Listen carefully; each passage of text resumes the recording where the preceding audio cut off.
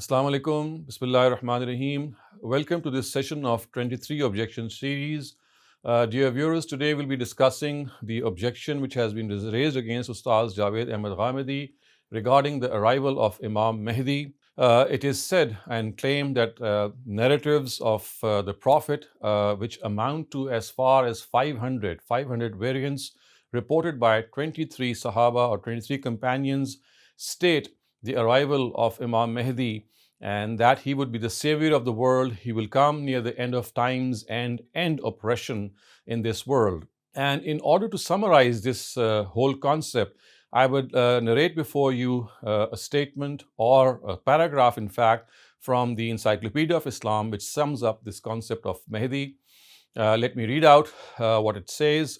So, unless that reviver comes, neither will this world end, nor the day of judgment will arrive. He will be from my family and ummah, and from among the progeny of Fatima. His name will be my name, and his father will have the same name as my father's name. He will be similar to a prophet in character and morals, but will not be of their category. His forehead will have no hair, his nose will be curved and high. The world will be filled with injustice, sin, and oppression. Disbelief and lack of belief will be rampant. Anyone who remembers God will be killed. That reviver will establish justice and tolerance among people. He will give corporal punishments to them until they turn to God. Believers will receive such prosperity under him that would have been hitherto unheard or unseen. The earth will produce its best fruits, and the heavens will pour down rains of mercy. Such will be the amount of wealth that it will be trampled below the feet of people. A person will get up and say, "O Mahdi, give me wealth." He will reply, "Take it." He will fill his lap with as much wealth as he would be able to take away. So these are words from the Encyclopedia of Islam. So as said earlier on, there are 500 variants which end in 23 companions that say so. And the scholars of the likes of Ibn Hajar, Shawkani, Shah Abdul Haq Muhaddis Dehlvi, they say that these narratives or these variants reach the status of tawatur, and Suyuti says that it has the tawatur of meaning, which means tawatur manavi, and therefore there's such a large group of people and such a large report that has been denied by Ustaz Javed Ahmad Ghamidi, and therefore this is something which casts aspersions on his approach and on his understanding and the way he has understood Islam. We have to first of all concede that the concept of Mahdi has no mention in the Quran at all. There is not a single verse in the Quran which says so, says anything about his arrival. And of course, it is the Hadith literature, we've just pointed out that, which says so. But in this regard, we have to understand that these 500 variants, they have been brought into scrutiny by many scholars. And for example, Abdullah Azami, he has shown that in fact these 500 variants, many of them are fabricated, concocted. Many of them do not reach back to the Prophet in any authentic or reliable means. And he has surmised that there are actually 14 incidents which are reported in this regard, and that too ending in 6 companions. And therefore, this story that this episode is reported to tawatur is not true at all. As far as tawatur is concerned, tawatur in fact means that a whole generation of people reports something and transfers it to the next generation. These reports do not have this tawatur at all. What they might have is that they are reported by many individuals, but it is not the report about which can be said that a whole generation is narrating something to the next generation, which is in fact what is called the tawatur of tabqa, or the tawatur, or the perpetual transmission of reports from one generation to the other. In fact, as we have just seen, the very, very able scholar of recent times, Abdullah Azami, has narrowed these down into 14 incidents and then ending on 6 Sahaba. In fact, if the repetition in these 14 incidents and these 6 Sahaba is also done away with, then Ustaz Javed Ahmad Ghamidi has shown that they are in fact 7 incidents, and they are reported by 4 companions. So if you do with the repetition in these also, then they can be surmised in 7 incidents reported by 4 companions. And I am now going to present his research and the way he has said that these are the 7 which can be extracted from Abdullah Azmi's work, and how they depict that there is no Mahdi who is going to come. And as far as these narratives are concerned, they do depict the arrival of a very just and a very generous ruler right after Prophet Muhammad, or close to him. But in no way do they say that near the end of times, this savior of the world is going to come. So let me just narrate these before you. So the first of them is reported by Abu Sa'id al-Khudri, that God's messenger said, "There will be a ruler near the end of times who would generously distribute wealth to people." So, fi akhir zaman are the Arabic words, and akhir zaman, the way they are translated or should be translated, actually would mean akhir zamani, which mean right after me. The Prophet is saying that right after me, there would be a ruler who would generally distribute wealth. So, this is a translation which has been amended by Ustaz Ghamidi. He says that near the end of times actually means near the end of his own times. Prophet is referring to his own times. This is a very common usage in the Arabic language. Another variant reported by Abu Sa'id al-Khudri of this incident is that God's messenger said, "There will be a ruler after me who would generously distribute wealth to people and would not even count it." A third variant is that Abu Sa'id al-Khudri reported from God's messenger that he said, "Among your rulers will be a ruler who would distribute wealth copiously and would not even count it." So this is one incident which has three variations, and this is by Abu Sa'id al-Khudri. The second is from Jabir ibn Abdullah, and you can see that it says that Abu Nazra says that once we were with Jabir ibn Abdullah, thereupon he said, "Time is near when neither kafiz would come to the people of Iraq nor dirham." Now these are weights and measures, like dirham, of course, kafiz is also as a measure. And we asked, "How will this happen?" He replied, "From the people of Ajam, they would stop it." Then he said, "Time is near when neither dinar would come to the people of Syria nor mud." Now mud is also another measure, just like dinar. So we said, "How will this happen?" He replied, "From the people of Rome, they will stop it." Then he remained silent for a while and then said, "At the end of times of my ummah," so fi akhri ummati, or fi akhri hazihil ummah are the Arabic words, again referring to the fact that during as soon as the generation of the Sahaba pass away, there will be a ruler, he will generously give wealth to people and not even count it. Incident is also from Jabir ibn Abdullah, and it is stated that he heard the Prophet say, "One group of my ummah will continue to fight for the truth and will remain dominant. Then Jesus, son of Mary, will descend between the azan and the iqamah of some prayer. Then the leader of that group will say, 'Come and lead us in the prayer.' He will reply, 'No, I will not, because God has given this honor to this ummah that one among you is the leader of others.'" So you can clearly see that in this narrative also, what is mentioned here is the arrival of some person, and he is, of course, not mentioned. I mean, it is basically Jesus who is mentioned.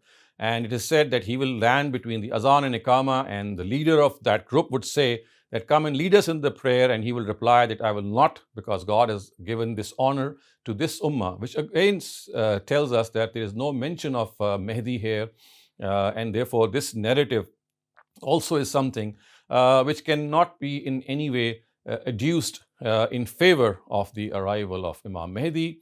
And then we have the third instance, and that is of Abu Huraira. And this narrative has been reported by him, and it has a couple of variations. The first one says that Abu Huraira stated that God's messenger said, "What situation will you be in when son of Maryam will descend among you as a judge, and someone from among you will lead you in the prayer?" Or said, "Your prayer leader will be from among you." Now again, if you look at this narrative, there is no mention of Imam Mahdi. Yes, there is this mention of the arrival of Christ or Jesus, and this is something which Ustaz Ghamidi has discussed in one of his other sessions as well, and which we'll also discuss at an appropriate time. But here, you can see that it is said that a judge and someone from among you will lead you in the prayer, and your prayer leader will be from among you. This is a conversation which will take place. And again, you see there's absolutely no mention of a Mahdi. Now, one thing that can be added here as an explanation is that because the word Imam is used in these narratives in the Arabic language, and since the word Imam is also used not only as a prayer leader but also as the leader of the Muslims or their political leader, so that can also be translated. I mean, the translation could be either the prayer leader or the political leader, but in neither case is the mention of Mahdi given. The second variant of this Abu Huraira narrative says that God's messenger said, "What situation will you be in when son of Maryam will descend among you and will lead you in the prayers?" So this is what is added here, that instead of someone leading from among the ummah in the prayer, it will be Jesus himself who will be reading in the prayer. And I've just said that as far as the arrival of Jesus or the real arrival of Jesus is concerned, that is another topic that will be discussed elsewhere amongst these objections. But for here, for this particular talk, you can see that there's simply no mention of Mahdi anywhere.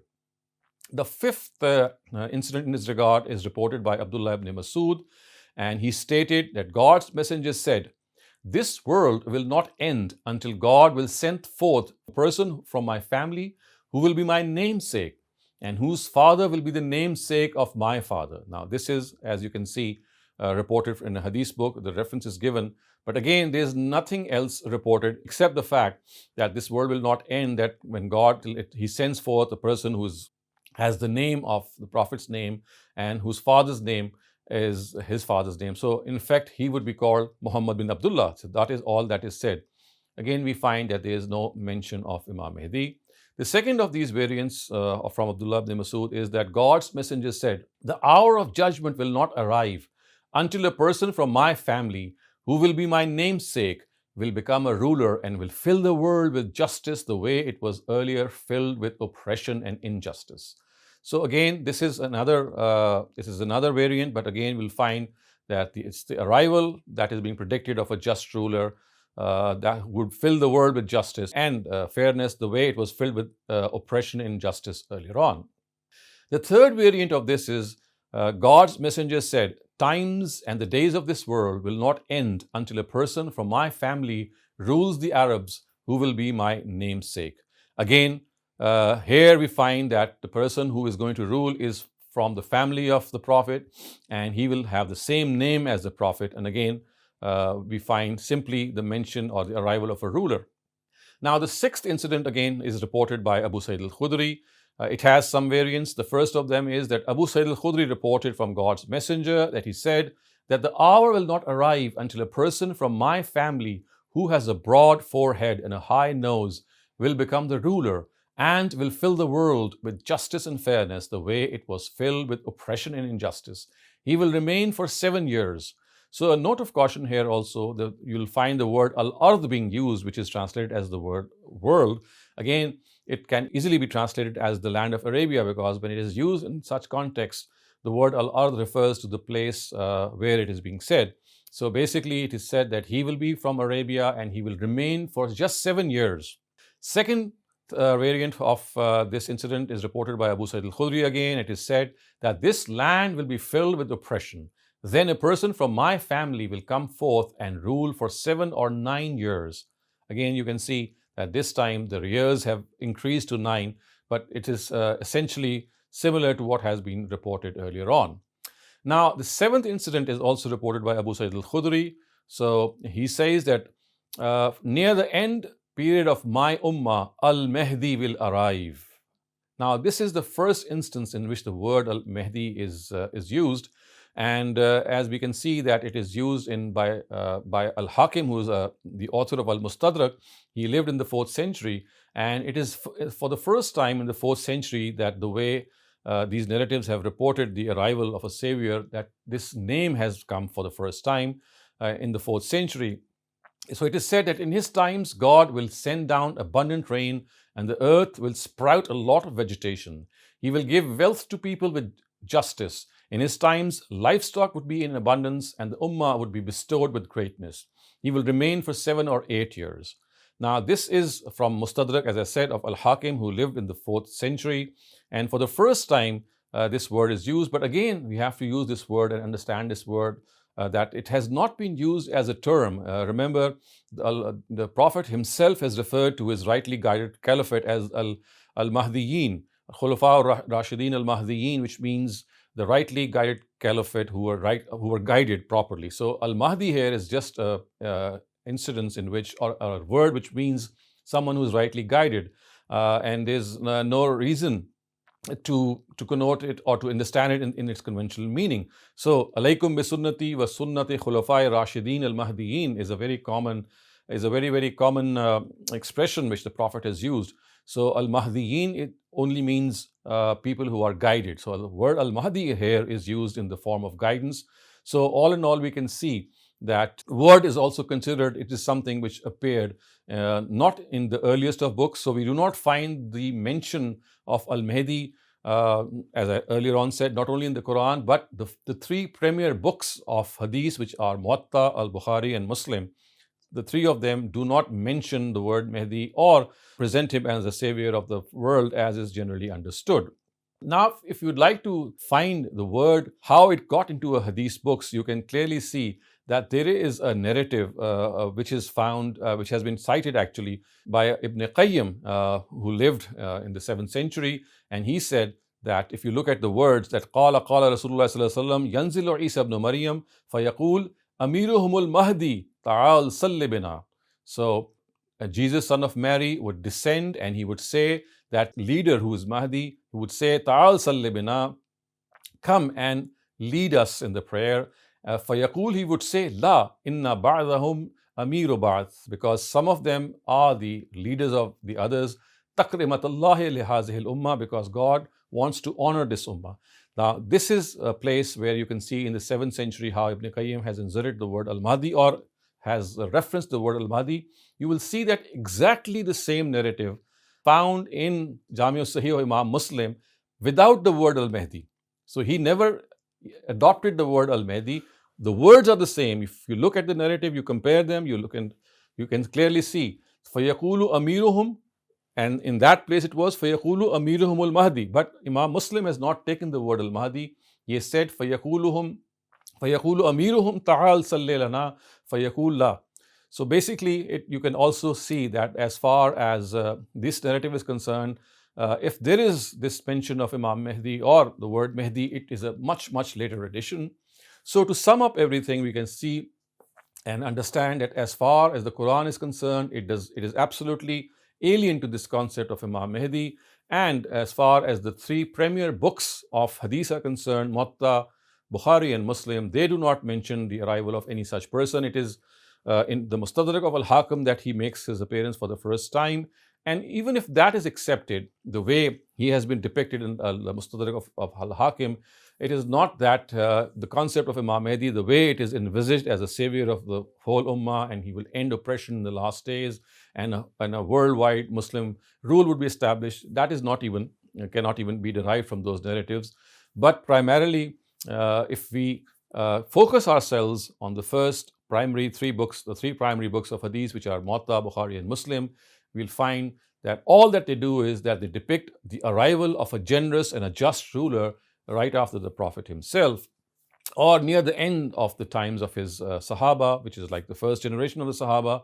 And Ustaz Javed Ahmad Ghamidi has surmised that, in his own opinion, that this person who actually did come and was proverbial for his generosity and his love for and affection for the people and how he worked for them was actually Amir Muawiyah. So he referred to him, or he thinks that basically, as far as Muslim and Bukhari are concerned, they are the ones that we have to rely on, and all they do is that they depict the arrival of a just ruler right after the Prophet's generation would end or near that. And he thinks that this person is Amir Muawiyah and he has already arrived and he's part of history.